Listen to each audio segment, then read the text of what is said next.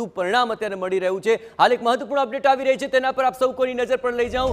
હાલ રક્ષા પ્રધાને એક ઇમરજન્સી બેઠક બોલાવી છે, જ્યાં ઇમરજન્સી બેઠક બોલાવવામાં આવી છે।